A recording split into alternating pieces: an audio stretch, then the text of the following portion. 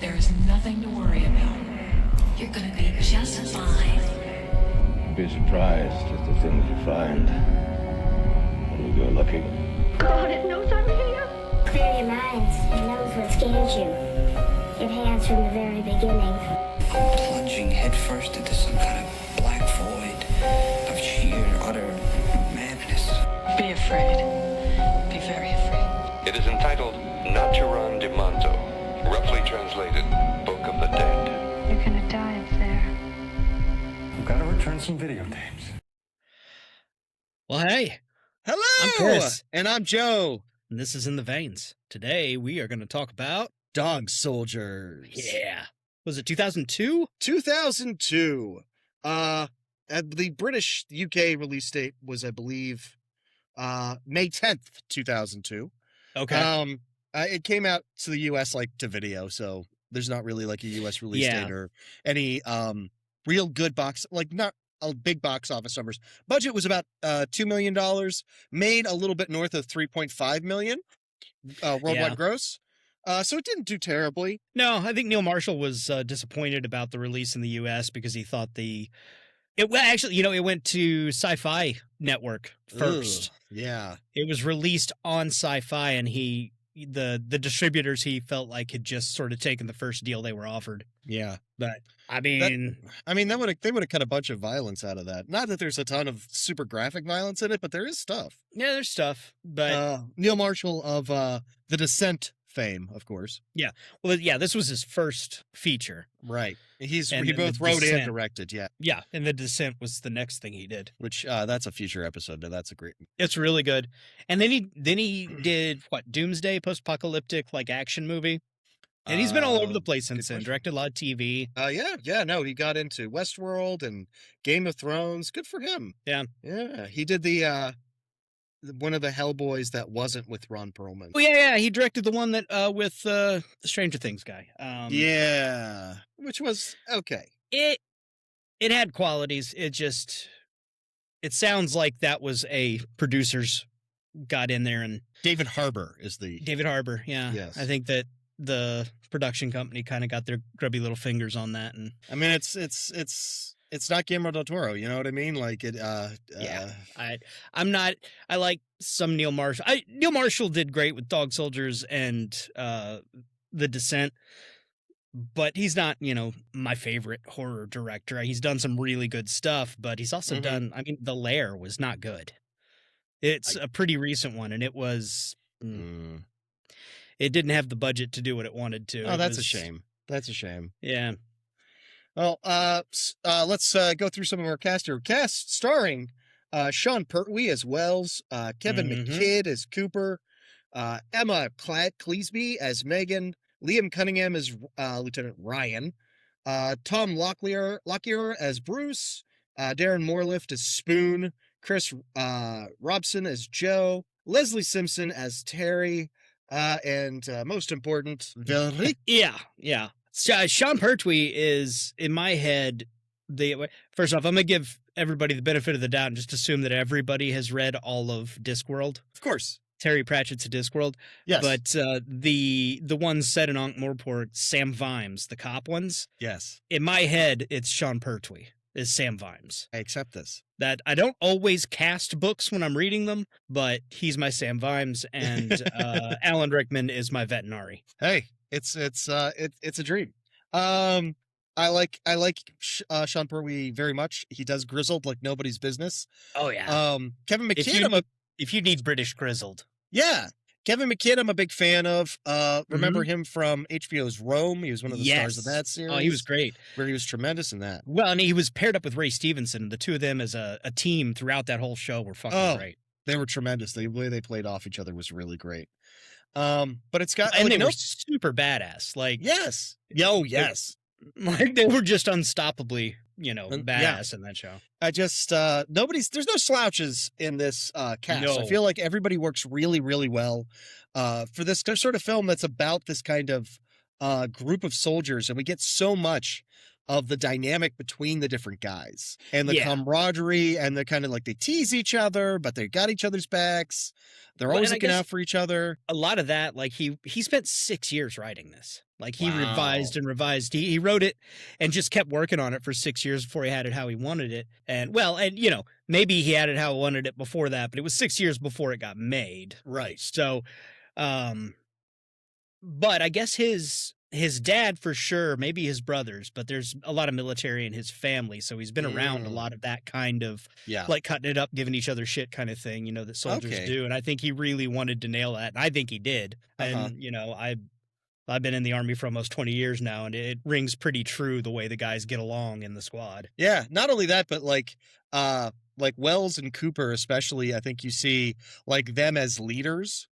And they Yeah. have a slightly different roles because Cooper is like he's first guy and then Wells is the sergeant. So they fill their roles really well, and it's just like the dynamic there of like Wells is always looking out for people, but he's an absolute authority, and Cooper is taking his orders and, you know, executing them to the maximum effort and everything. It really is it's a great fluid dynamic, and it reads very realistic and very, very true to life.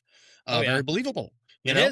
It's very believable. Well, and Liam Cunningham, I had to look him up, but Yes. as the, you know, the I think- SF leader, the special forces leader guy. Yeah, I think he's a captain, I believe. Yeah, I think they say he's a captain. But he, you know, most famously, he's the Onion Knight in Game of Thrones. He's what's his name? Yes, in there? of course. The Onion Knight is all I can remember to call him. That's we all remember the Onion Knight in Game of Thrones. He fought for the Celery Seaworth. Kingdom against the with his men. Davos Seaworth. I was just about to say that. Did you not watch Game of Thrones, Joe? No, I've never watched Game of Thrones. I know nothing. Okay, Nothing well- about it. I was just making Well, stuff up. Well, he's amazing in it. He Okay. really does end up He's- being one of your very favorite characters in Game of Thrones. I like the guy as an actor. He's been in a lot of stuff. He's really good. He's a cool dude. Let's see, he's done voice work, he's done stuff and things. Oh my god, he's the voice of Duncan in Netflix's Masters of the Universe. He's great, see? It's cool. Yeah, you know, he's one of those guys.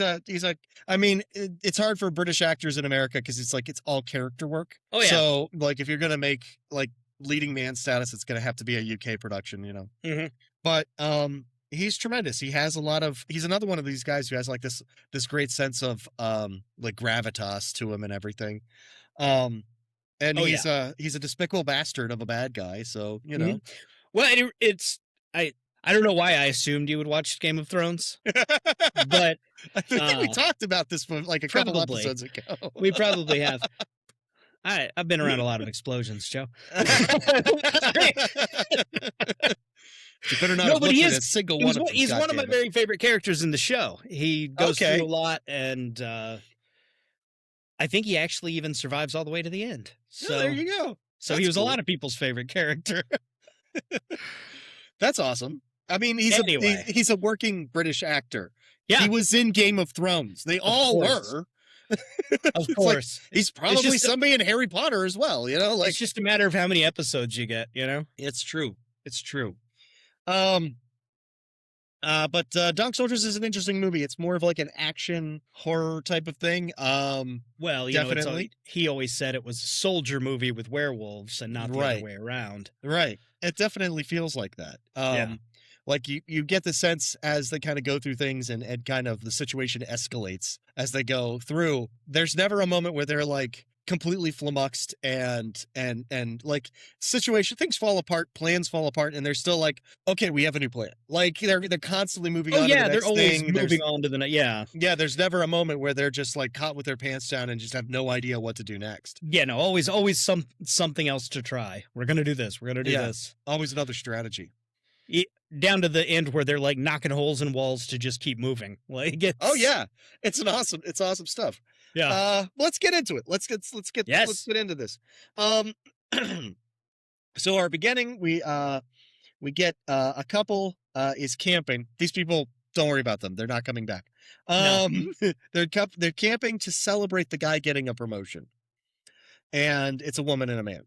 and she gives him a gift of a letter opener and very specifically mentions that it's made out of solid silver. I wonder if that'll be important. That in a movie about werewolves, who could say? So that night, while they're kind of getting it on in their tent, they are attacked by something. And it's a nice little transition because, like, he's, they're making out or whatever. He goes to, like, unzip something, her pants or whatever, and the zipper sound just keeps going, and it's the tent being unzipped. Yeah. And we go right into that, to them being attacked, and they're kind of just savagely attacked, and we cut away from them. We then get, this is one thing that I find it's a very odd touch. We then get, like, several hours earlier, and it's, we see a guy, Cooper, running through the woods by himself, and he is being, like, actively hunted by men with guns and a dog, and he's doing pretty good. He even manages to take, even when he's, like, absolutely cornered, he still manages to take, like, 2 or 3 guys out before they really have him pinned down. And it turns out that was a trial to join Special Forces. And Sergeant Ryan shows up, and he's like, you stayed, like, you evaded capture for, I think it's like 22 hours or something. And he's like, there's one more thing that you have to do. And he cocks a gun and hands it to him and says, shoot the dog. And Cooper, like, there's not, like, a moral dilemma with Cooper. This is what he's like. This is your proof that he is a good person. There's no moral dilemma. It is just pure confusion. Like, what? Why would I shoot a dog? Like, I'm not going to shoot a dog. No. And he's like, hey, what is wrong with you? It's just a dog. You've killed people before, right? You could kill a dog. And he's like, yeah, but I don't need to kill this dog. Like, I'm not going to kill for no reason. Like, that's just savage cruelty. And he's like, and Ryan is like, I need you to be able to follow any order, no matter what. And then Ryan shoots the dog, and Cooper is very upset by that. And they're like, and then they hit him again or something. Well, because he attacks Ryan. He comes at him. Oh, that's right. He comes after Ryan for so killing the dog. I think they knock him out or something. Well, but I mean, in real life, any kind of special forces, in real life, selection wouldn't have that in it. It would be like in the States for SF, they go to like a 2-week selection, and eventually if they get in, they've got to go to something called SEER school, which is survive, evade, resist, escape, or I might have the E's switched around. But there are all these different levels of SEER school, and part of it really is they drop you off and you get a head start, and you've got like what's on you, and you have to survive and stay and not get caught for as long as possible. You'd just be hunted by others. Yeah, and they're out there actually hunting you, and they will eventually get you. That's right. It's just a matter of how long does it take. Yeah. Yeah. How well can you just, so that's a real thing that happens. It's, at least in the States, as far as I know, it's not a part of a selection. It's just a school you go to if you get selected, but whatever. Right. I mean, it's a movie. I'm not worried about that. Right. But what really gets me is that, like you said, it really does say a lot about Coop, because there is no hesitation. In real life, a guy, and I've never done it, but I've known plenty that have, dudes spend a year sometimes just training to just go to selection. Wow. And sometimes they don't make it, and so they go train some more and go back and try again. And right. And then to go through, all of the stuff they go through to try to get selected, to know that the only thing between you and selection is shooting a dog. Most people would take a minute to think about that, because they've invested so damn much. Right. That's what this means if you do not do it. Yeah. And there is like, you can see the kind of cold logic of like, you need to be able to follow an order. Absolutely. If I give you an order, we have to know that even if it conflicts with your personal morals, you'll still be able to follow through with it. Right. And Cooper can't do that. You can't shoot a dog. We were just talking. If that's what your club's about, I don't want to be in it. Exactly. We were just talking really briefly before the podcast about Kingsman, and they go through a similar test in Kingsman. Oh, they do, yeah. And except in that one, the bullet is a blank, and you don't actually kill the dog. But it's like, which is worse? Like, knowing that you fully intended to kill that dog that you now have to keep? Well, it's also funny because in Kingsman, they play that up as, you should be able to shoot the dog. You need to be able to follow an order. But they make it a dog that they make you bond with the dog. Right. And it's supposed to be this big sacrifice, which is worse. And and in this, in Kingsman, it's a good quality. If you shoot the dog, you pass. Right. And in this, it's a dog that's been actively used to hunt you. Yeah. this is an adversary. Like, this is your Yeah. chance to take out an adversary. And it's the fact is that it's still a fucking dog, and he's No, a it's dog just doing person, its apparently. job. You know? You know? They gave it something that smelled like you and said, go get him. He's a good dog. He's doing his thing. It's very, like I say, it's very telling about the quality of Cooper's character, that he is, there's no question of it. He's absolutely unable to kill the dog. Yeah. And so Ryan sends him back to his unit, and he's just like disappointed and disgusted with him for not Right. being able to kill the dog or whatever. Well, again, he was such a promising candidate. He would have been an asset if he'd. Sure, if You he know. could follow if he could follow Ryan's orders like their gospel Yeah. law. But it But is he- a little weird that they make a point of telling us that this was early, like hours earlier. It could have just That's what I'm cut to saying. this. That's what I'm saying. Like they do this cold open with the campers. The campers Yeah. get killed hours before this happens. Then we cut to weeks later, which is when the film starts. Yeah. Like, what was the point of the hours before? But yeah, and it's what we understand now is that Cooper isn't going to just blindly follow orders. He thinks for himself to a degree, and Yeah. it's a degree that Ryan is not interested in, as far as a soldier goes. But he needs somebody that's he's going to be able to understand their logic and their morality, essentially, as a Mhm. leader. And I can see that being a problem with a special forces unit. You know what I mean? Like, not Well, yeah. saying Ryan's not totally wrong. Well, he's not totally wrong for his own unit, but I think, it's clear that something's gone wrong in the special forces if this is Right. He's looking for a cult. He wants a group of Absolute loyal devotees, followers. He yeah. doesn't want independent operators. And Yeah, that wouldn't get you very far in special operations, I wouldn't think. I suppose. But anyway, so we go to 4 weeks later. I don't understand the time jumps, but whatever. And Cooper's squad is being dropped off in the middle of the Scottish Highlands wilderness for training versus a special forces unit. Yeah. So the unit is Sergeant Wells, Cooper, Bruce, Spoon, Joe, and Terry. Mhm. That's the 6 guys. So immediately when they're dropped off, we get all these little moments that just show like everybody's like making fun of Joe because he's pissy because he's missing an important soccer match or football, as Yeah. they call it. And he's just so It's like- soccer. he's so upset. He's so upset. It's UK versus Germany, and he's not a happy camper. Everybody knows you play football with your hands. And I believe it's Spoon forgot his watch. So Yeah. Wells lends him his watch, and he's like, "How are you gonna keep time, Sarge?" He's like, "Well, I'll count, won't I?" Yeah. But it is kind of that thing of like, he's the guy in charge. Uh-huh. Okay, this guy messed up. I'm gonna make sure this guy has what he needs to operate at maximum capacity, and rely on the fact that I am to some degree like superior. So Right. I'm just gonna do without and rely on Yeah. him doing his job at maximum efficiency. Yeah, I'm gonna kick your ass a little bit for screwing up, but then I'm gonna Right. fix it. We're gonna move Oh, on. I'm gonna razz you. Yeah. It's very nice. So they take a moment, they plan out a path to their objective, which there's like a gap in the there's a the gap in the line, defenses. like it- yes, yeah. sure. That's what that scene meant, and in their that map meant. patrols. It's not whatever. Coop That- Coop is so good. He spots a gap in the enemy line. That's right. And that's where That's we're what they going. make for it. Well, that's so, and they're like, okay.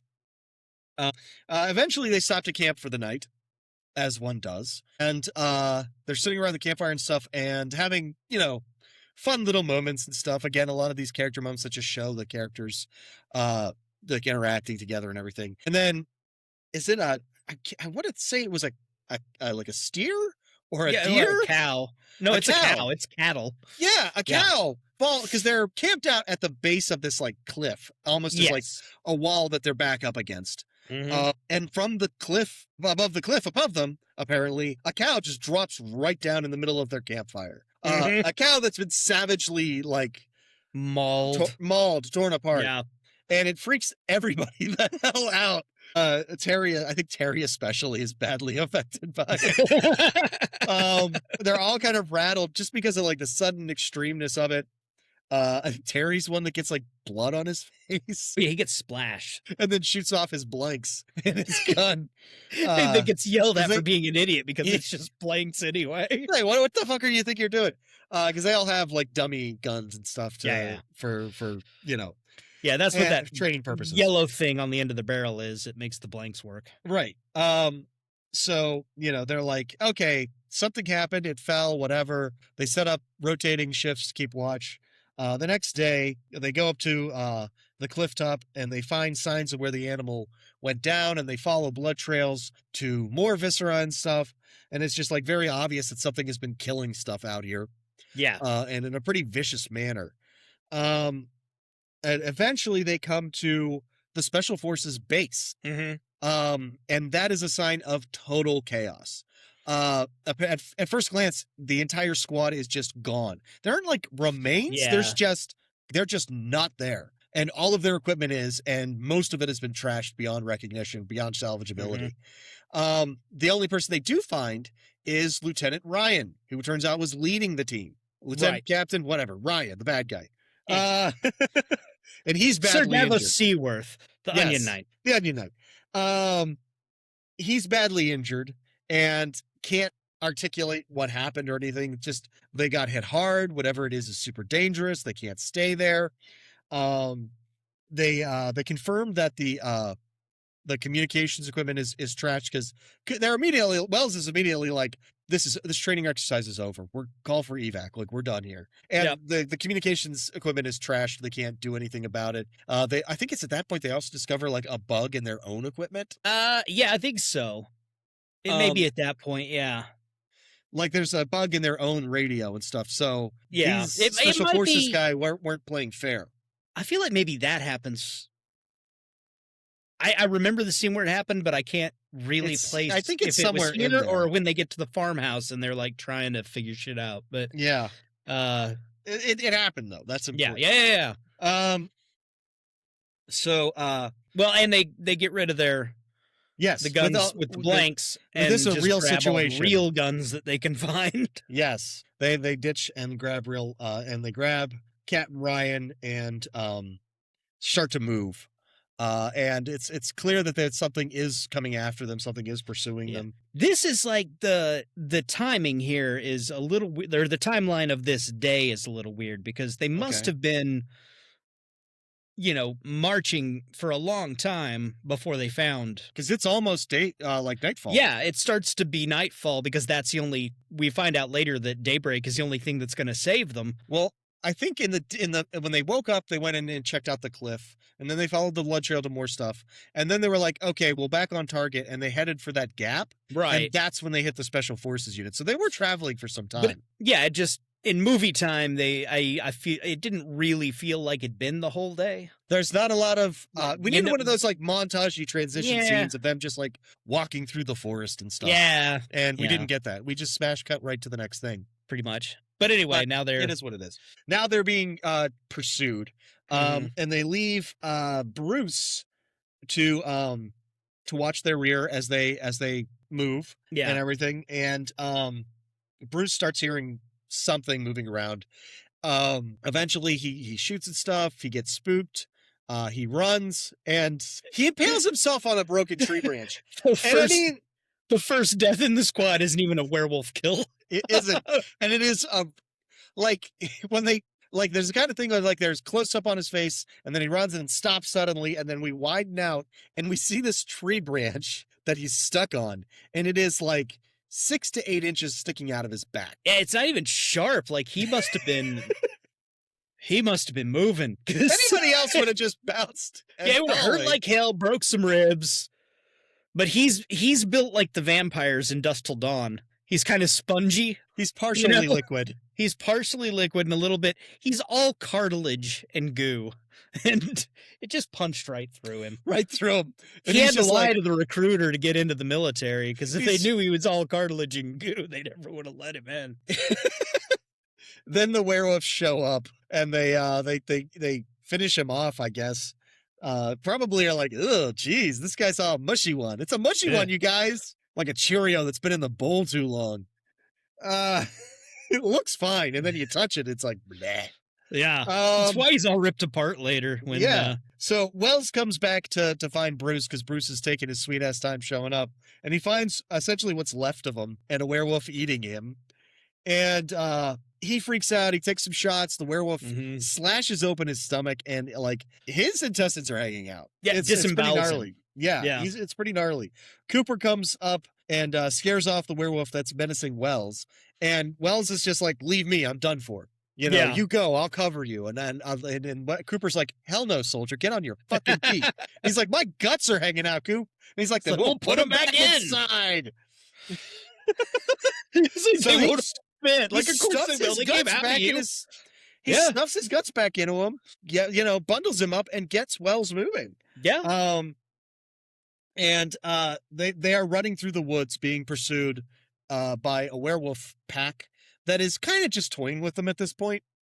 Yeah, it's just running them, you know? Yeah, and Spoon is running out ahead on point, and eventually Spoon comes to like the top of a ridge, and he sees a road and a truck or it's like a Land Rover coming Yeah. down the road, and goes to run to the road and ends up like tumbling down this hill, and he ends up, it's very dramatic, like he ends up in the road right in front of it laying down. Yeah. And it stops inches from him because that's the only way things stop in a movie, and calls the rest of the squad. Everybody kind of trundles into the Land Rover and peels out.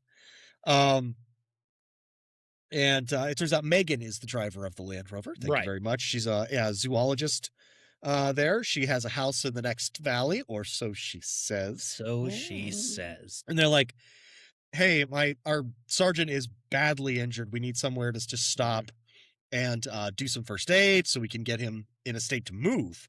Yeah. Or he's just going to die in your car." And she's like, "Well, there's a house nearby. We can stop there. I know the owners." So they go to this house. It's a lovely little cottage, actually. Yeah. And they kind of come in and they just kind of soldier take over. Like it's funny because there's actually like food cooking on the stove and stuff. Oh, yeah, people clearly just left this Like house. just left. And they're like, so they're eating Fires the food on going in the fireplace. Like, yeah.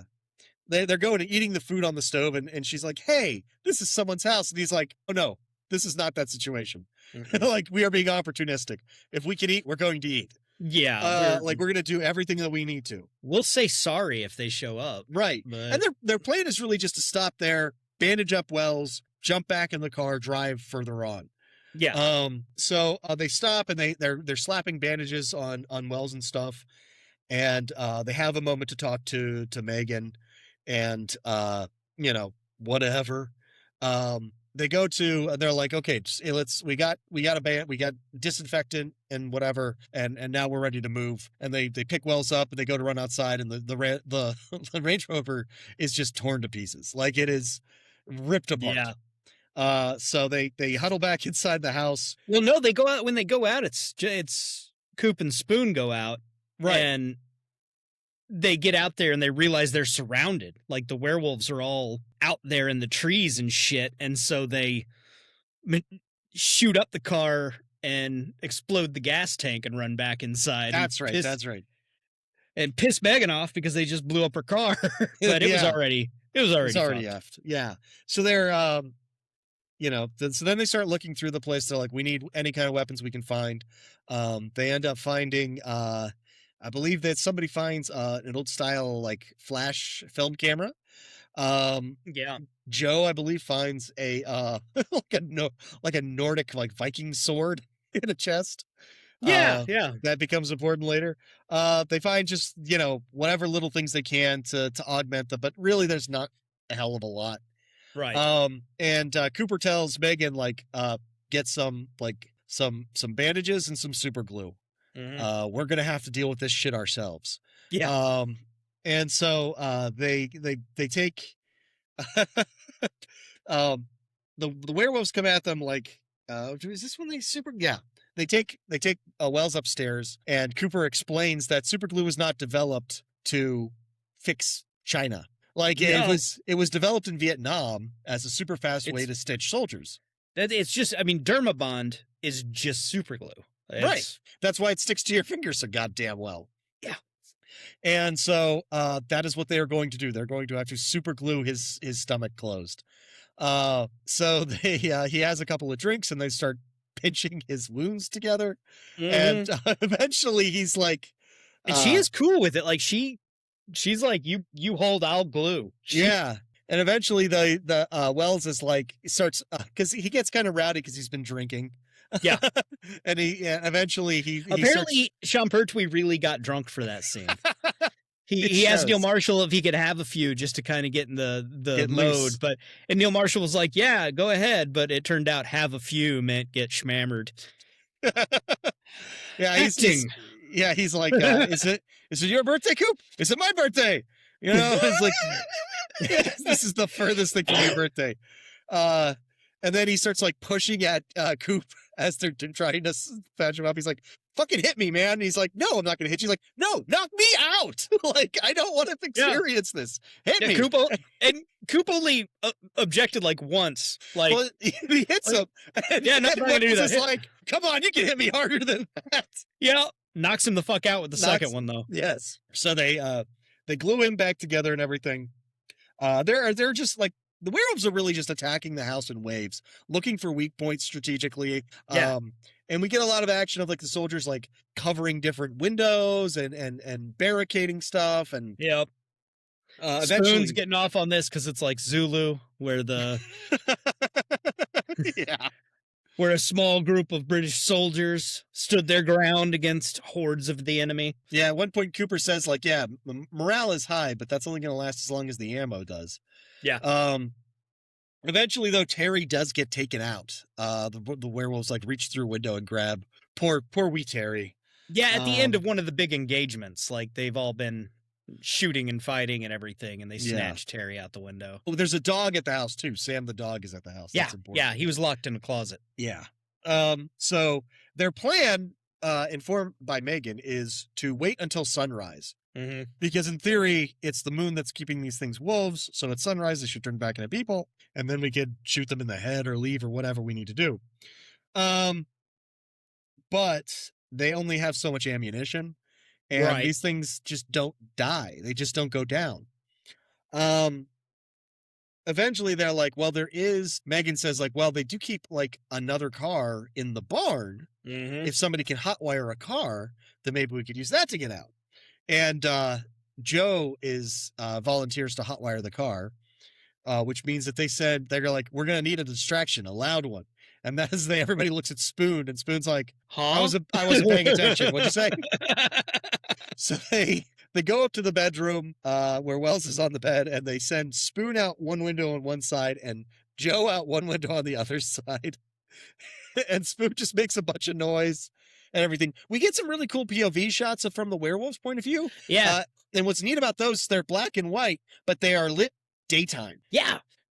So we get, like- it's cool because it's not overdone. They didn't try to put some sort of effect on it. They just did Black and daytime white. lit, black and white. Yeah. And They see better than you at night, but they're dogs, and we all know Dogs only dogs see see black in and white. black and white. And it's what's interesting is like the rest of the movie is shot like night for night, as they call it, as opposed to day for night, which is when you shoot during the day and they just put like a really heavy blue filter on everything. Yeah, and adjust it all in post to. Yeah.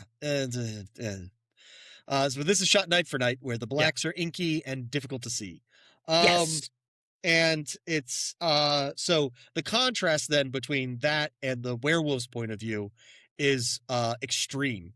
And so that makes it interesting. We also don't get a huge amount, like we get glimpses of the wolves. It's very We well get a- done. We get several pretty great, like iconic shots of them in full body and moving. You know, Right. But we don't get to linger on them. We don't get to stay on them very long. no. I don't think until most of the way through the film we even get like a full body head to toe shot of a Yeah. werewolf. No, I don't think Um, so. But the design I know is one of your favorite werewolf designs. Oh, I love it. It is. It really is. Because they're like 8 feet tall, and they got the triple jointed legs, and they're just lanky, but they have wolf heads. It's not like a stylized mix of wolf and it's a wolf head. Yeah. It's just a damn Yeah. wolf head. Yeah, and it's a big fucking wolf head. And And they got like dancers and movement artists to play them, Mhm. and they built the suits specifically to be as lean and long as possible. And they work. yeah, their work. It It's is. very cool. It's one of my very favorite werewolves. Yeah. It's got kind of all the things that you want in a kind of telltale kind of werewolf creature where it's got like it's upright on two legs and everything. Yeah. But it's got the claws, it's got like the head and the mane, but it's none of it feels terribly out of proportion. No, but it also is just like long enough, lanky enough, tall enough to be a like nightmare creature. For sure. It's too much. You know, Yes, like yes. and They're I big like and that about it. intimidating. Yeah. Yeah. Yeah. So anywho, Joe goes to the while Spoon is out there making an ass of himself and then running back to the house to just barely get pulled up in the nick of time. Joe runs to the barn where he finds he jump starts the car or hotwires the car to see a werewolf directly in front of the car in the lights in the car's headlights eating Terry. Yes. And when it sees him, it kind of rips out what's left of the connective tissue of the throat and flings Terry's head at the windshield. Yeah. And Joe is just like, fuck this, and throws the car in reverse and backs out through the back wall of the barn. Yes. And then turns around and drives to the front of the house with the rear door of the Jeep facing towards the house. And then as he's kind of sitting there waiting, he hears growling, and you see the kind of fog from the werewolf's breath, and he's just like, "You are right behind me, aren't you?" Yeah. And then in true Joe fashion, because he's very kind of aggressive and angry the entire time, he's just like, "All right, let's go," and jumps back there and dies the good death. Yeah. He dies the good death fighting a werewolf. And of course, they don't know anything about Joe dying. They kind of get ready to go out, open the front door, open the back door of the Jeep, and out rolls, It just spills out, just blood and chunks. Chunks of Joe, the werewolf in there. And so they shoot at the werewolf that's still in the truck and the Jeep, and then close the door, and it's like, damn, I guess we need a new plan. So they interrogate Ryan a little bit around this time. And because he's just not talking. Who He's just, seems to be much healthier. yeah, he's doing really good. He's getting And- better. Yeah, and they're like, what exactly, like, you're going to tell us what we're up against, everything. And it's like, werewolves? Yeah. Like, I don't know what it is that you're asking. But he tells them essentially, like, they were supposed to just be his bait. Like, they were considered expendable. Their Well, he entire says, unit. I left a gap that you were good enough to catch, and I knew that you'd go for it. That was my bait, or that was your bait. You were mine. Yeah. Which I thought was It's nice. Yeah. He talks like that. He's a bit of a dick. He's a villain. And He a is a damn villain. good one. And it turns out that him and Megan know each other because Yeah. this is the second time Ryan has come out to try and capture a werewolf for the government. And she was attached to his unit previously. And I guess Neil Marshall has said that it was sort of like, I don't know, producers or something wanted there to be some kind of connection there, but he regrets, because it doesn't make a lot of sense. He regrets Right. having that connection between them. It doesn't really improve anything. It doesn't add anything to the plot. No. Like, she knows that he's an asshole. Like, we all know And it he's an asshole. And it really, once you see the ending of the movie, it doesn't make any sense that he knew her. Right. Or Yeah. that she was helping with, anyway. It doesn't. And so Ryan eventually, though, wolfs out on them, or at least starts to turn. No, he fully wolfs out on them, and they're kind of like, shit. And at one point, he has his back turned to, they're fighting him and stuff. He turns his back to Cooper, and Cooper grabs that Viking The broadsword sword, yeah. and puts it through his back, so the point's sticking out at the front of him. Uh-huh. And then they chase him out of the place. So that's fun. Yeah. It worked for the movie really well, the way they did the transformations, but it's basically like the old fucking cowboy switch, where Right. you fall down behind something and then somebody else pops up. Right. But that's it. The werewolves always change the couple of times you see it. Yeah. They Yeah, end we're up not- Yeah. dropping down out of frame and then coming back up a werewolf. But Yeah. We've got the teeth, we've got the eyes. but We they don't didn't really have go the more than money that. to do A transformation. a howling transformation, And you don't need it, because that's not the point. And it would have looked shitty to do a Lon Chaney, like, fading through different, like, layers of... Slow dissolve from one level. slow make it to the dissolve next. into it, so... Yeah, no, I don't, like I said, like, it wouldn't serve the plot to show, like, a super slow transition because No. we know what they're turning into. That's the point. Yeah. The danger is the point and not the curse. So that does prompt Cooper and Wells to have a conversation because at one point, like, Cooper walks in the room and Wells is up and about and getting stuff ready, and he's like, "How do you feel, buddy?" He's like, "Oh, I feel fucking great," and that's a bad thing because it means I'm going to change. Yep. And he's like, "What if it's like, you know, they start philosophizing about the change into a wolf, and it's like, what if it's like taking a piss, and when you've got to go, you got to go." And he's like, "What if it's like taking a shit, and if you've got to go, you can hold it for a while?" Yeah. And that's what it turns out to be. That's exactly what it turns out to be. Yeah. Megan tells them that that the pack functions the same way a wolf pack does. So there's like an alpha and like a younger lieutenant, and then there's the squad, the group of them, and everything. Which, by the way, is not how wolf packs actually function. But that's old data. But for this purpose of this movie, and she's like, it was the truth in 2002. In 2002. It was also invalidated. But the point is that for this movie, I don't think so. And werewolves are real. She's a zoologist, Chris. That makes her the expert, Joe. That's true. It's true. So she tells them that the pack will be holed up somewhere together, somewhere warm, and the only place that there is. By now, if they figured out that it's the home of that they're in, right? They're not going to go home. They are home. Yeah, we invaded their house. Yeah. Which I like when they get there, it's obvious people have just left. Yes. But does this family of werewolves just go about their business? We do find out that they can control somewhat if they change or not, right? Yeah, sure. So they cooked dinner, they lit a fire, and they were like, we got to go be werewolves. They left the food on the stove, like heated up, like heating on the stove. Like there's a fire under it. Yeah, I know. They got up, changed, and ran the fuck away. I mean, maybe it's like a stew, and it's like you leave it on the stove kind of boiling away for several hours. The table was set. The fire was in the fireplace. I'm just saying, if you're a family of werewolves, this is what you do every full moon. Then this is what you do. You spend that day... Yeah, you spend that day like, oh, hey, we're going to be changing here in 20 minutes. Everybody meet out front. Like, you know. And the werewolf dad is talking to the werewolf mom. Like, did you remember to turn off the stove? The werewolf stove? And she's like, honey, why'd you just set the fire? You know we're about to go do wolf shit. No, I totally You're turned going to burn the house down. No, I turned it off. I know I did. Do you want to go back and check? No. I'm sure. Yeah. Yeah, I'm sure. Yeah, I'm sure.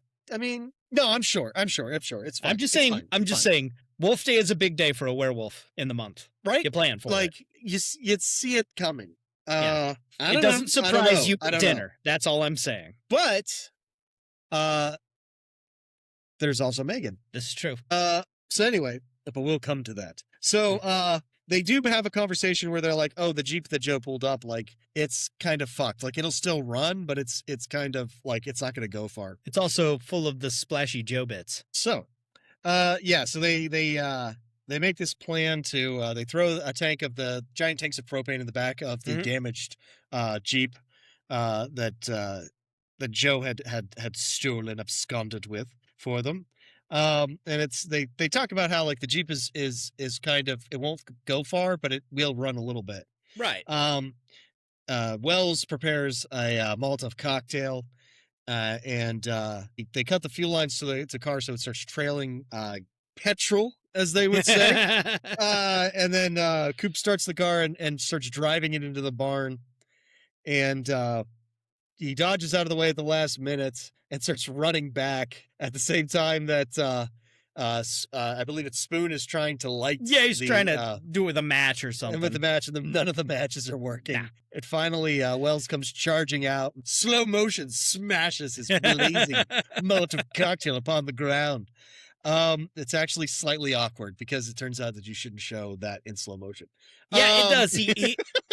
He he kind of flings it in this sort of weird, like, very nah. overextended and stuff. Yeah, it's not a good look for him, but No, it's like a bad baseball pitch. And yeah, but it works. it The works. fire lights up, and we get a neat scene of like Coop running one way and the fire racing along the opposite Yes. direction. And then the fire hits the barn, and the tank explodes, and then a giant fireball, and it's super awesome.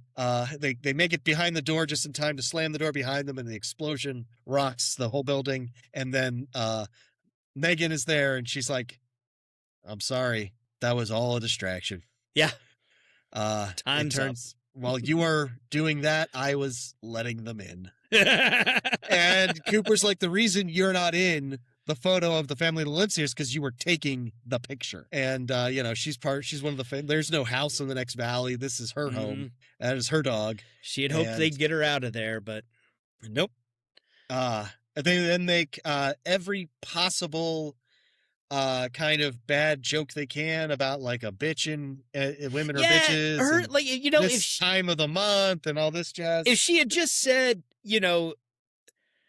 being the line about, being nice to women will get you nowhere, being nice to me will get you killed. That's good. That would have been That's fine. solid. But then she had to go on and say the thing about women being bitches. Well, I'm the real thing. And Yes. no, that they should have just stopped at No. being nice to And- me will get you killed. Right.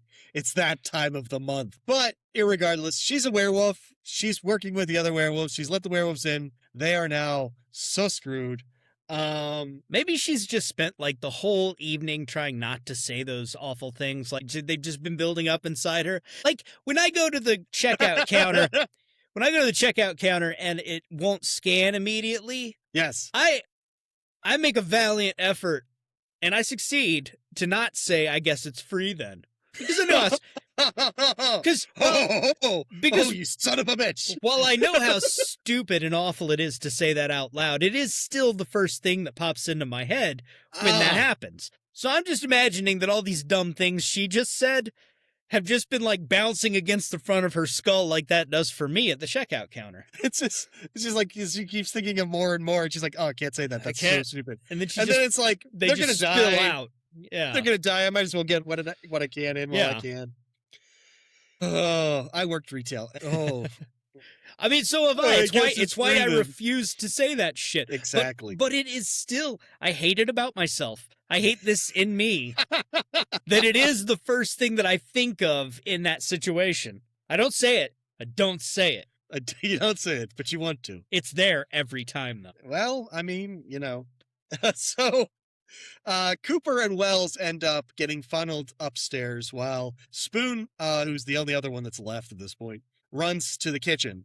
Yeah. To kind of try to draw some of them off and everything. And we cut back and forth between the two and everything. Eventually, Cooper ends up in the bathroom, and this is a very British thing. Wells ends up in the toilet room. Because in England, I don't know if you know Yes. this, but the toilet is usually in a different room. It's the water closet. It's separate Mhm. from the bathroom. A bathroom is where you have a bath. The toilet room is sure. where you go to the toilet. Yeah. The two are distinct. Whereas here in America, we put it all in one room. We call it the bathroom, and we get on with our lives. So they're separated is the point. And Spoon has the most valiant death possible. He is facing off against this werewolf in this kitchen, and I mean, like, runs through every bullet he has. Starts like pulling knives and stuff out. He starts throwing like literally anything he can put his hands on in the Yep. kitchen. He is throwing it at the werewolf Until he finally just squares up with fists. with fists. Just- And he starts to win. Yeah, That's the crazy thing. He beats the shit out of this thing. He has it down on the ground with a frying pan, he's covered in blood, Yep. and he's gone full like crazed lunatic. Yeah, he's And he's feral. about to bash. Yeah, he's about to bash this thing's head with a frying pan. Then another werewolf comes up and just knocks it out of his hands and fucks him up. And it's like, but he had you. Yep. 2 werewolves was too many. Yeah. His last act of pure defiance, like it slams him up against the wall, and he's like, he calls it like a pansy. No, he Go on, says, then. I hope I give you the shits. and then spits his gum into the werewolf's mouth. He truly goes out of man. Like it's amazing. It's fantastic. He's feisty, you know. He is feisty. He's insane. He's a spicy meatball, that Spoonie. Meanwhile, in the upstairs, Wells is stuck in the toilet, and it's just like sitting on the toilet, and they're coming through the door, so he gets like a can of like hairspray and his lighter, and he's just torching the shit out of this werewolf. Cooper manages to blockade the door, and then recognizes that Wells is in the next room, so he gets an implement and bashes through the plaster wall into Wells's room. Make a door.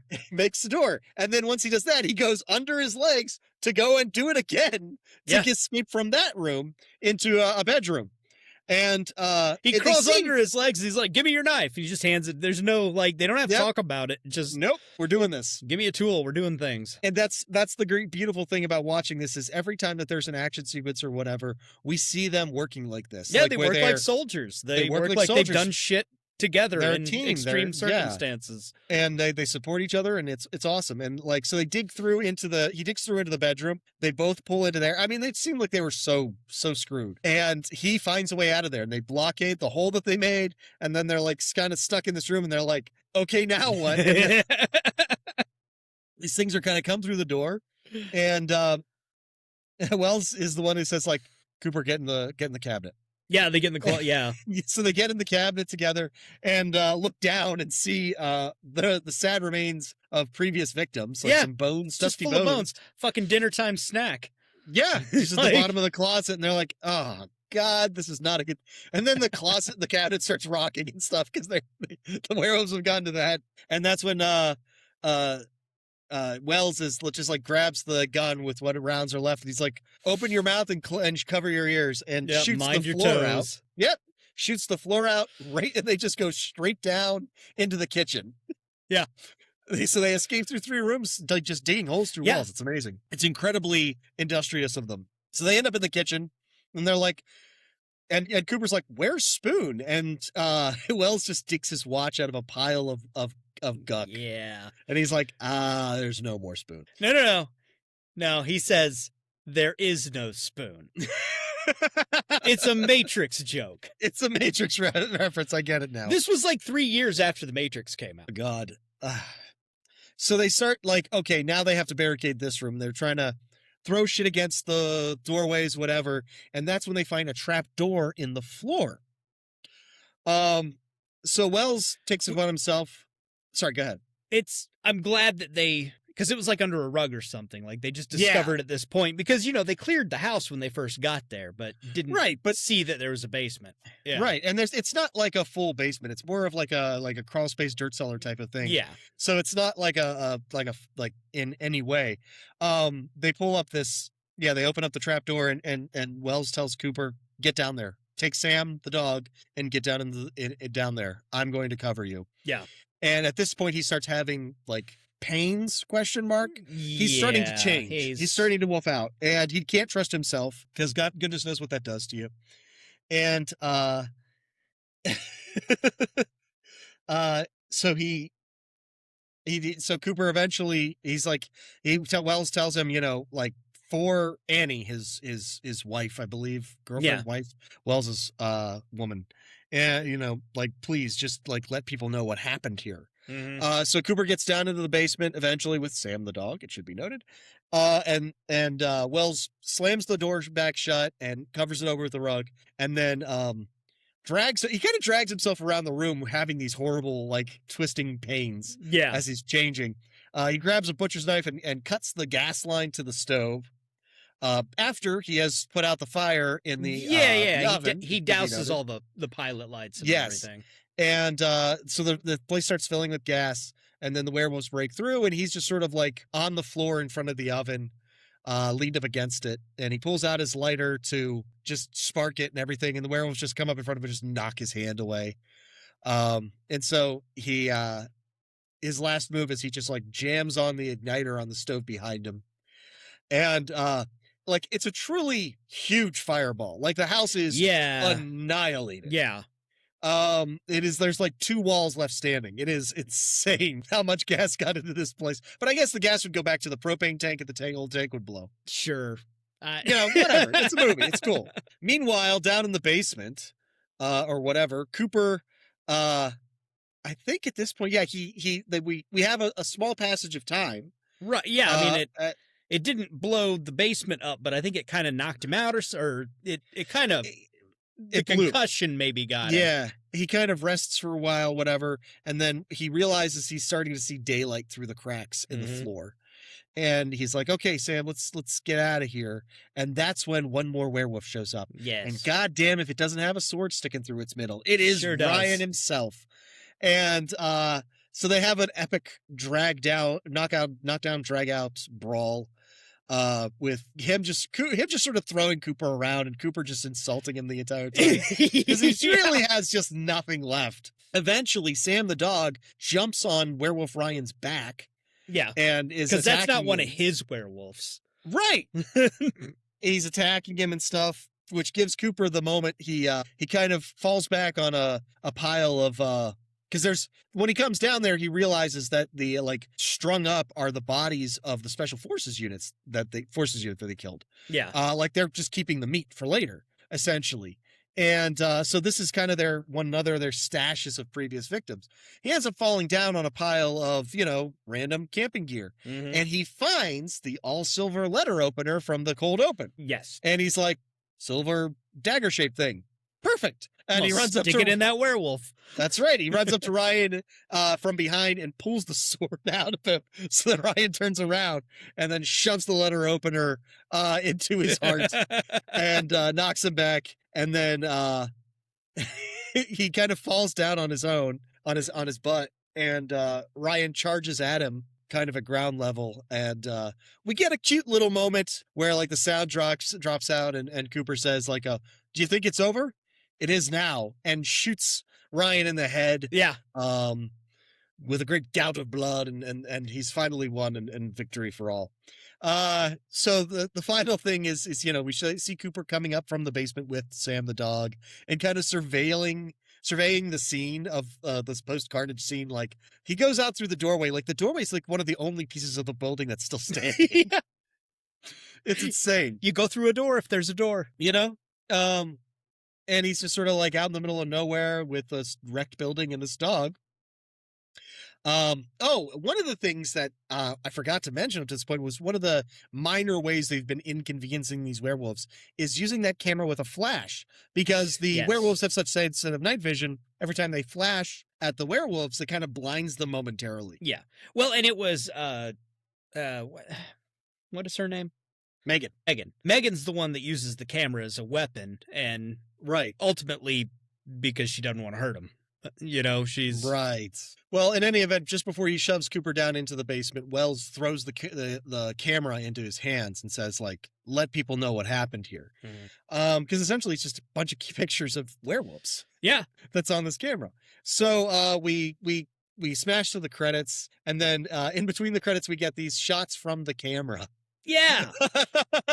Which are tremendous action shots from the movie. Yeah, they're really great. Just these still images of these massive werewolves flinging Cooper around and all this. Yeah. And eventually one of those becomes a picture on a tabloid.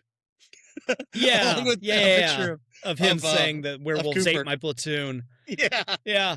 Well, and I liked that, and I don't know, I assumed that it was intentional, but it's black and white pictures. Right. Megan was taking these pictures. Megan's a werewolf. This is how they see. Yeah. And Why would she make color film? She can't see in color. well, maybe she can as a human, but I just thought Right. it was interesting that they were black and white photos. No, absolutely. But It's neat. It's a good ending. Yeah. And that is the end. that is the end. Of the picture. And the fact that all those bodies are in the basement, they're being stored there, Yeah. probably the soldiers that were missing. But Yeah. that means that what they were eating when they got to the house, Was probably human meat. Yes. probably human meat. They say it tasted like pork, so they were all eating people. Yeah. I mean, Yeah, that was the first thing I thought. Yeah, I think these werewolves time are around. fucking monsters as humans too. They're. I mean, why wouldn't they be? Yeah, You know what I mean? they're Texas Chainsaw Massacre family, except they don't mean, need they're- chainsaws. Right. They're not out there hunting rabbits and stuff for their stew. Why would No. they? Mm-mm. If there's human meat to eat, they're going to want to eat the human meat. That's kind of what they do. But it's a very good movie. It's very Oh, fun. it's so good. It's definitely like the fact that it takes it more of an action angle. Like we said before when we talked about The Howling, like a lot of Mhm. werewolf stories are about like, oh, the curse and it's kind of and all this stuff. And that's not what this is about at all. This is about a monster attacking you. And they even make mention like, hey, like Megan makes mention to Cooper, like yesterday you knew that there was nothing to be afraid of in the woods. Right. You know what I mean? Like now, who knows what else is out there? Right. And also, most of the werewolves in this want to be werewolves. Yes. It's not Yes. it's not the curse of it. It's not we're trying to live with it. No, There's no, Megan who would like to find a way out, but she's already a werewolf. And That's there's the thing. It's not Wells, it's not. Yeah. who'd rather explode than be a werewolf. But Right. otherwise, everybody's psyched about it. You know? Yeah.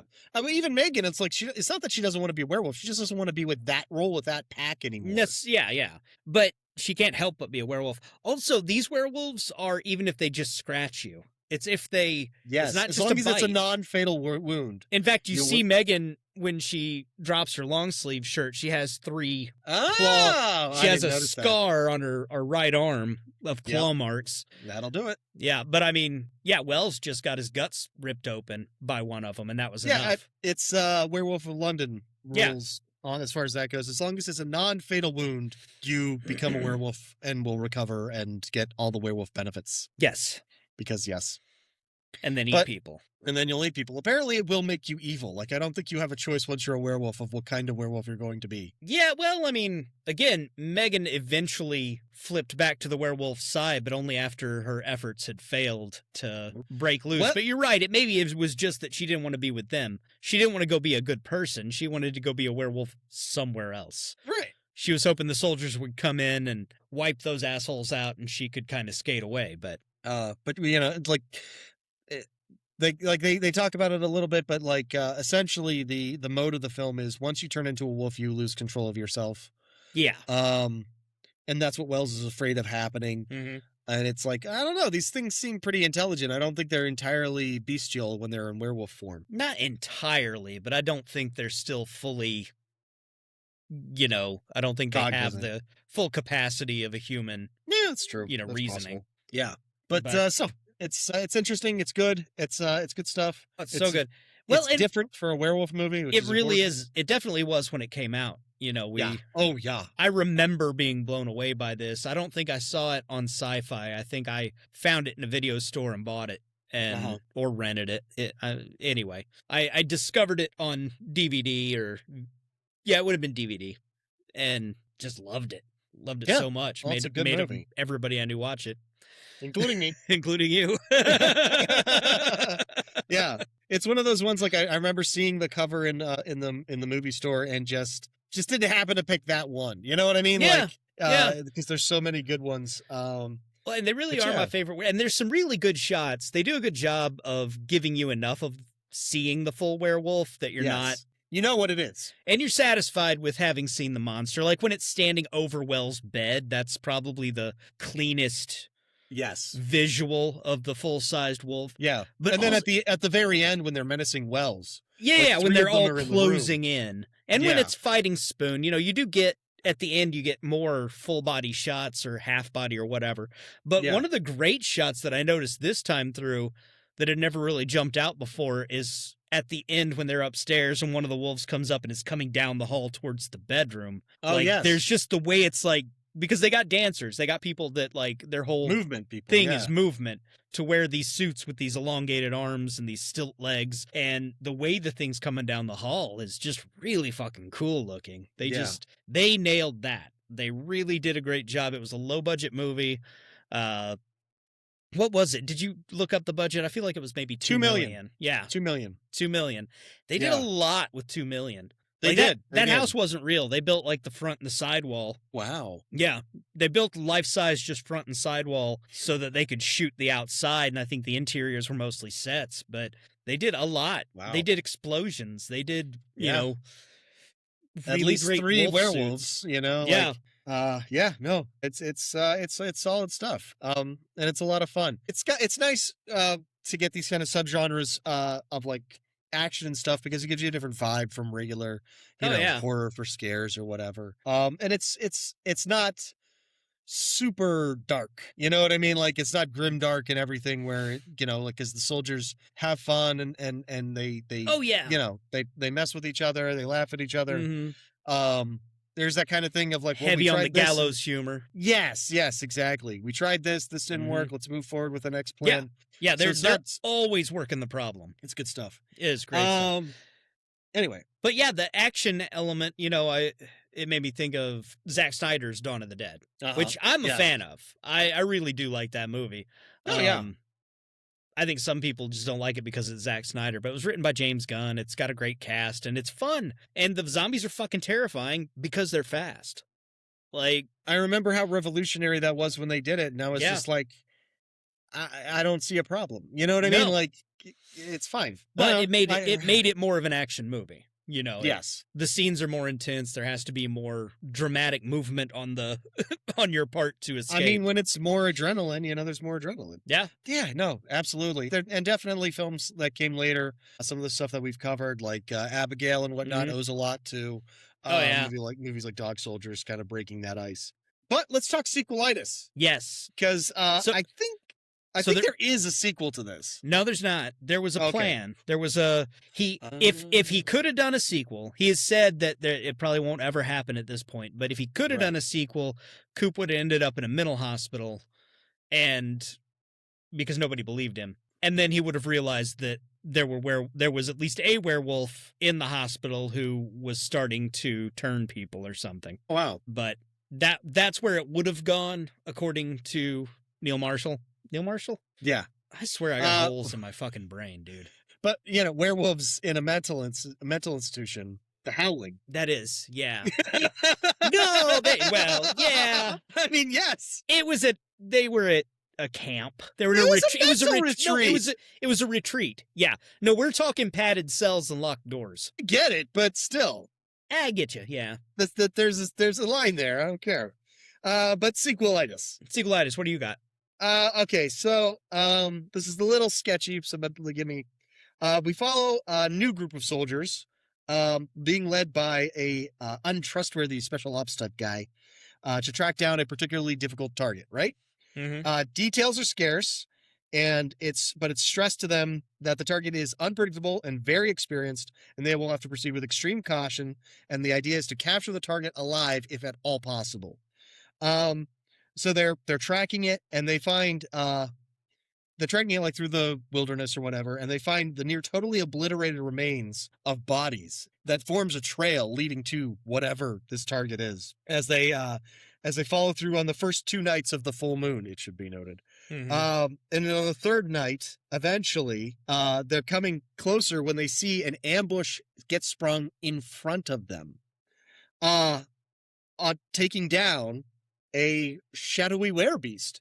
And it turns out that they have been hunting Cooper, who has been hunting werewolves. Ah, okay. And where Cooper's just gone off the grid to take out as many werewolves as humanly possible. And Nice. they have been sent to stop him from killing all the werewolves before the government could get a werewolf to use in their werewolf program. When they try to apprehend Cooper, the werewolf he's fighting with, or he's captured, breaks out of its trap and rips through half of their squad. And then Cooper, with Cooper systematically wiping out the werewolves, the government made the move to try and stop him because they still hope to weaponize them. And now they disrupted his hunt. He's been hunting this very powerful alpha, and they've disrupted that. And so the creature that got away is going to go back and inform on him because this alpha didn't know he was coming. And now things are worse for him, Yeah. He was kind of hunting in the night, and they've just screwed him over. So they have to retreat, so they make it to Cooper's RV, which is all tricked out with super awesome, super dangerous stuff. And then eventually drive it to an abandoned military base in the woods, which it turns out is the Wolfpack's Warren.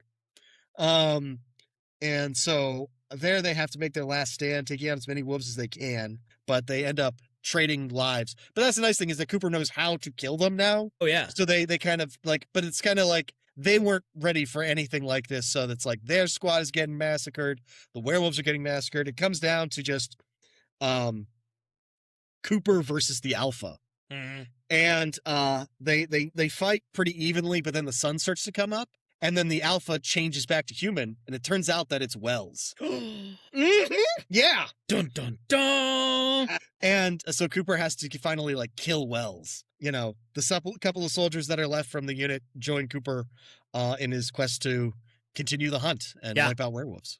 Nice. That's my sequel. I like it. Yes. I like it. Mine would be he's sort of living a quiet life, like working on a farm for some older guy Okay. out in, you know, a sort of remote village. And it's because he got drummed out of the army. Like they thought he was nuts. Right. He wouldn't shut up about it. They finally just he kind of had to wander off. He like no more friends or family. Like everybody thinks he's a fucking nutter now. So he's years later gone off and he's just working in this village and kind of, you know, made a little place for himself there. Through him, you get to meet like the bartender at the pub and a few of the people in town. And eventually, you know, livestock is turning up shredded. And then somebody goes missing. And then somebody else goes missing. Right. And then all of a sudden that person wanders back into town all fucked up and then, you know, gets taken back to their family. And then the whole family's missing. Like, you know, and so on and so forth. And obviously Coop catches on pretty quick. Right. And like the old guy that he works for, like they're real close. And he's the only guy that he's really said anything to, even approaching what he went through before, but he's still kind of scared people think he's crazy. So he finally kind of tells the guy what's up, and the guy believes him. Like he's seen some shit. He's never seen like a real werewolf, but he does believe that there's some things we don't know about, you know? Right. Like he's been living out on the edge of the fucking wilderness for long enough to see some crazy shit. And it's like, yeah, okay, so what do we do about it? Well, like you said, Coop knows how to kill him now. Right. And so they kind of start assembling people in the town, and it ends up like a lot of people in town get changed, and there's a small group of them. It won't be the isolated location defense again like it was, because we've already done that, but it'll probably be more like a house-to-house small-scale guerrilla thing happening in the village with them fighting the wolves this time. I actually I get visions of Seven Samurai. Yeah, Where it's like we've got a squad of badasses. Yeah. And we're just sort of like, we're making them pay for every life that they take. Yeah, like maybe it's defense of the village. They like retreat back to the farm or something, but it's a number of buildings and they bring everybody back and it's like, hey, grab your fucking all your silver from your house and we'll rally here and start melting shit down, and you get a montage of melting spoons and making fucking spears out of them and shit. And then they start to win against the werewolves and really beat them back. And that's when we find out that they're being led by a cadre of vampires. Yes, of course. It's vampires have to show up. They have to show up. That's the thing, is like they make reference in the first movie of like what else is real. Oh, yeah. Whatever. It's like, well, we should explore that. You know what I mean? But as soon as the vampires show up, so does James Wood from from John Carpenter's Vampires. Of course. Along with his crew of vampire hunters, and join forces with Coop's werewolf hunters, just wreck shit. Yep. Just tear it up. That's, I don't know how else it could go. It's the only way it could go. Well, the only way. It's either all of the vampire hunters from John Carpenter's Vampires, or it's just Blade, or it's Buffy. Or it's all of them. Or it's all of them. And I can't think of any other werewolf hunters. I got nothing. Van Helsing, obviously. Well, he's a vampire hunter. Yeah, Van Helsing. Yeah, primarily. No, I'm thinking werewolf hunters. Like now we've got like 4 or 5 vampire hunters. Well, Van Helsing for the handful of vampires that just showed up at the end of this movie, this werewolf movie. No, what's his name? Wolverine Van Helsing. Hugh Jackman Van Helsing. Oh, well, he fought all. Yeah, he fought all of them. Yeah. When are we going to do that? Does it count? It's an action horror movie. It's got all the monsters. I remember you specifically used to love that movie. I love it because it's so bad. It's so like big and grandiose and like revels in how stupid it is. Yeah. And I thought that kind of movie appeals to me. I don't know. Like, I had a lot of fun with Hansel and Gretel, the witch hunter oh yeah, with Jeremy yeah. Renner. Yeah, That was I did see fun. it was fun. It's goofy, over the top action movie. It is. But that's not what we're doing next. That's not what we're doing next. We do have something that we're doing next. I'm really excited about this one. Again, I don't think you've seen this. I have not seen it. No. And it's a sci-fi. I love trapped underwater movies. I love The Sure. Abyss. I love Leviathan. I love all of those. This one is just called Underwater, Ah, yes. and it's good. You're gonna like it. I'm excited. I'm excited to see it. I'm super pumped. It starts out like you think it's a disaster movie, and then it more shit starts to happen. Awesome. I love a good thing. I love it. I love Everybody likes a good thing, Joe. It's true. It's true. But yeah, no, I like Kristen Stewart as an actress generally. She does a good job. Unless it's a certain sparkly vampire series. I mean, but she wasn't the problem with those movies. there's lots of problems with those movies. Let's just put it that way. All right. But anyway, yeah, I'm just excited to see saying this. you couldn't have done a whole lot more with that role. That's all. Yeah, I suppose that's true. Will not be covered here anytime soon. It will I'll not. tell you that much. And in fact, the only way I've ever watched any Twilight movie is with riff tracks, and I Me too. refuse to do it any other way. Me too. But let's not end on that note. Let's not. Underwater's going to be awesome. I can't wait to It is. talk to see it and talk about it. Dog Soldiers is awesome. It's a great fucking movie. Everybody should see it. Not enough people have. No, they really haven't. But I think there is. It's either new or it's coming soon. There is somebody's done a real nice 4K release of it. Oh, that's cool. So it does have a pretty strong From what I fan base. understand, It's just- it underperformed in the box office, to expectations. It made over its budget, but not a hell of a lot more. But it did gain in the video market and DVD market and stuff. It gained quite the cult following. So it has found its audience. Yeah, I mean, it was definitely well enough received that he got to go do the Descent. Yes, which is pretty damn good. Yeah, it's real good. But yeah, Dog Soldiers. Dog Soldiers, we did it. We did it. Woohoo! Until next time, I have been Joe. And I've been Chris. And This this has been In the In Veins. the Veins. Yay! Bye. Bye. There we go. There is nothing to worry about. You're gonna be just fine. Be surprised at the things you find when you go looking. God, it knows I'm here. Clear your minds. It knows what scares you. It has from the very beginning. I'm plunging headfirst into some kind of black void of sheer, utter madness. Be afraid. Be very afraid. It is entitled Naturan de Manto, roughly translated Book of the Dead. You're gonna die up there. We've got to return some videotapes.